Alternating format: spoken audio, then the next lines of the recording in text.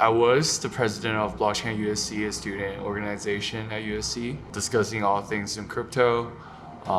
We host panels, education sessions. We have our own research teams. I think the school is taking like this blockchain area more seriously right now with our own minor program setup. The blockchain minor doesn't have like a prerequisite. You don't have to be a technical person to get in. The first course is basically an introduction to Bitcoin. What kind of kids come out of blockchain USD? I think first of all they are very digital native. We got a very wide range of interest.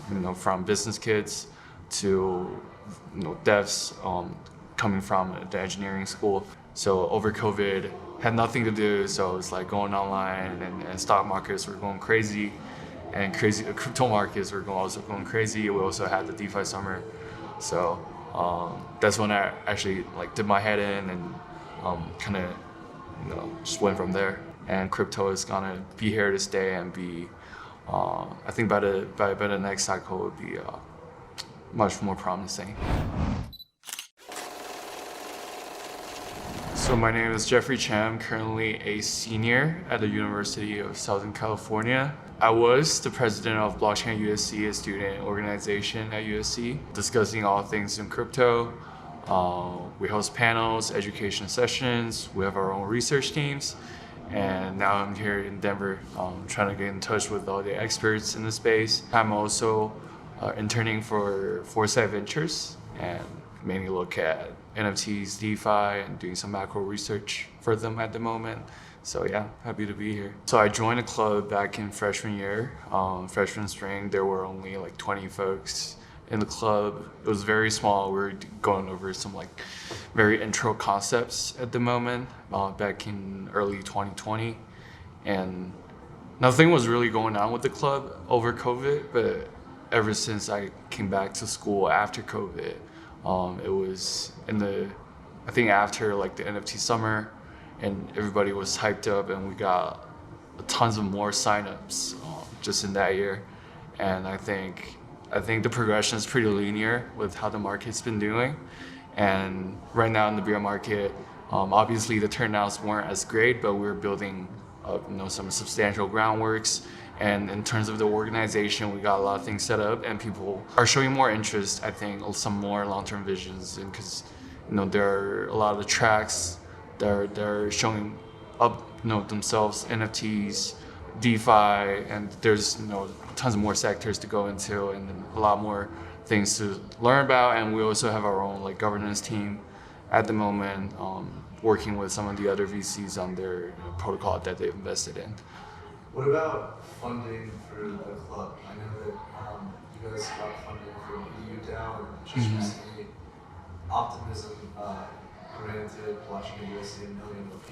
Yes, that $1 million OP is not up for sale. No, we're only doing governance forums for them. We're voting on the protocol's behalf, but just as our own kind of individual participant in their network. It's a good way for us to learn and get in touch with the space.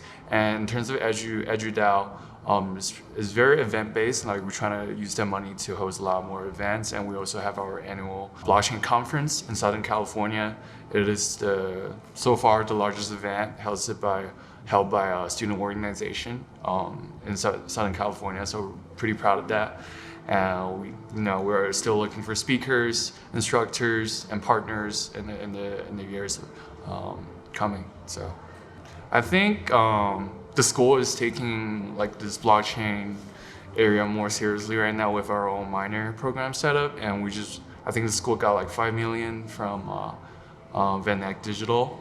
So there will be the money will be used to accelerate a lot of the developments that will be happening in USC that surrounds blockchain and student learning about blockchain. And also School of Engineering, that they will be dedicating more resources, hopefully, to the curriculum. Yeah, so the blockchain minor doesn't have a prerequisite. You don't have to be a technical person to get in. The first course is basically an introduction to Bitcoin, and talks about how Bitcoin and blockchain came along and what are the promises, the purposes of such design, such innovation. And it gets more technical in the second class. It's basically intro to Solidity. You learn to write your own smart contract, build some of the basic applications that could be used on Ethereum. You get to go on the testnet. Just get your hands on some of the basic tools that devs are using in the space.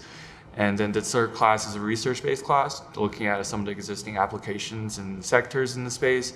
And the last class would be a capstone course where you get to build an old project. So I think they got it set up pretty well. But again, this minor is still very new, and I think my year is still the first year that we have the capstone class. So what kind of kids come out of blockchain USD? I think first of all they are very digital native.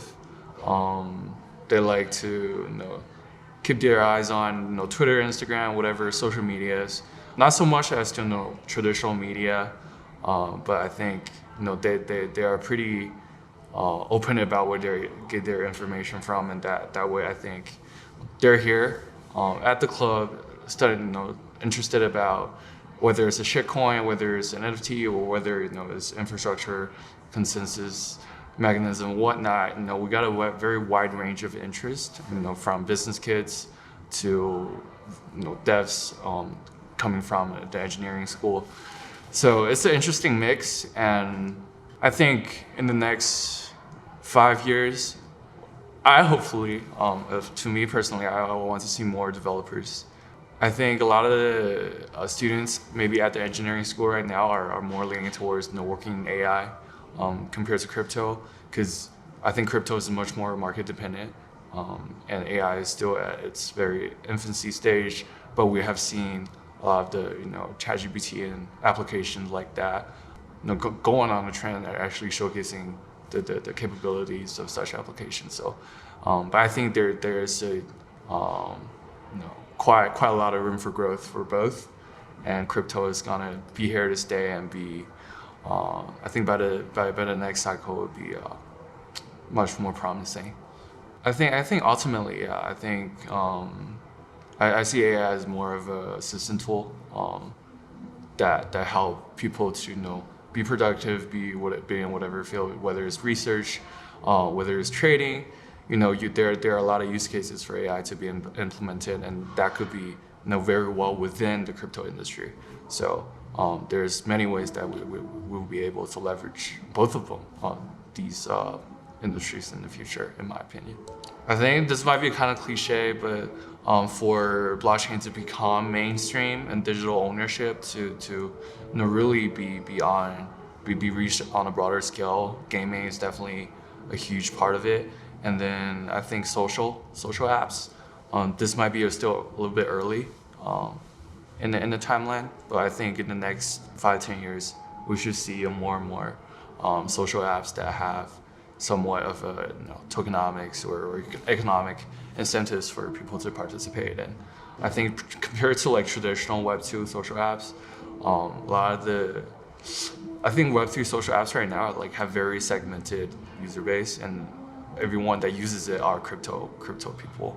So it doesn't really branch out to people that actually use social network in their everyday lives. So there's a long way to go, but I think mass adoption has a lot to do with social adoption, social apps, and network effects. So I think NFTs, it's in my mind just a form of ownership. It doesn't matter if you hold a pass or you hold 100 tokens from a DAO, from a community.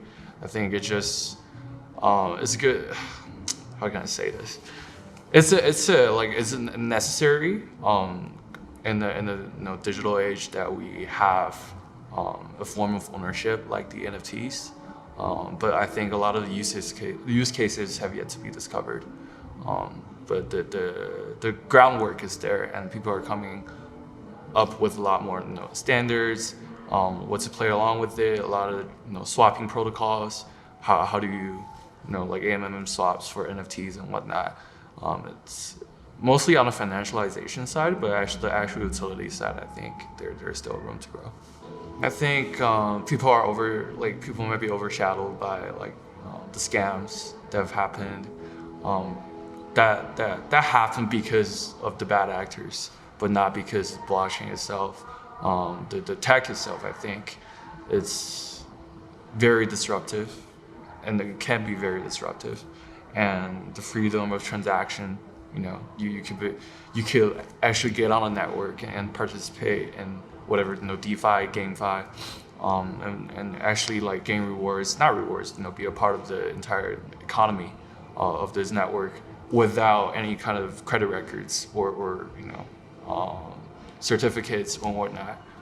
It's permissionless, and I think that part is should be one of the biggest edge that blockchain provides.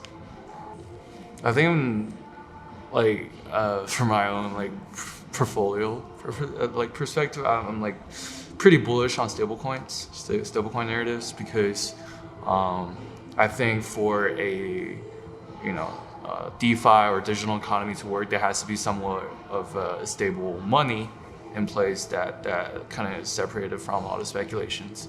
So I'm pretty big on stablecoin developments.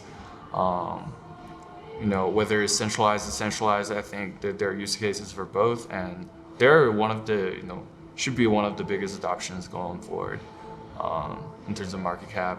And with some of the countries, regulators kind of tapping into that realm, I think CBDCs and whatnot should be a pretty hot topic going forward. So I'll be keeping my eyes on that. So I entered college as a business of cinematic arts major. Yeah, so I was trying to go to that entertainment route. I interned at like entertainment companies, professional sports teams, but really kind of really got into the space. It was during one of my classes that talks about like digital, I think it was digital marketing or digital ownership class, and the professor, who's right now like a partner at a crypto VC fund, who later on like started his own NFT company after he taught the class. So he was actually talking about NFTs at the moment. It kind of really got me interested, and also my involvement with the club. I was introduced to some of the fundamental concepts back in my freshman year. So over COVID, had nothing to do, so it was like going online, and stock markets were going crazy, and crypto markets were also going crazy. We also had the DeFi summer, so that's when I actually like did my head in and kind of just went from there. And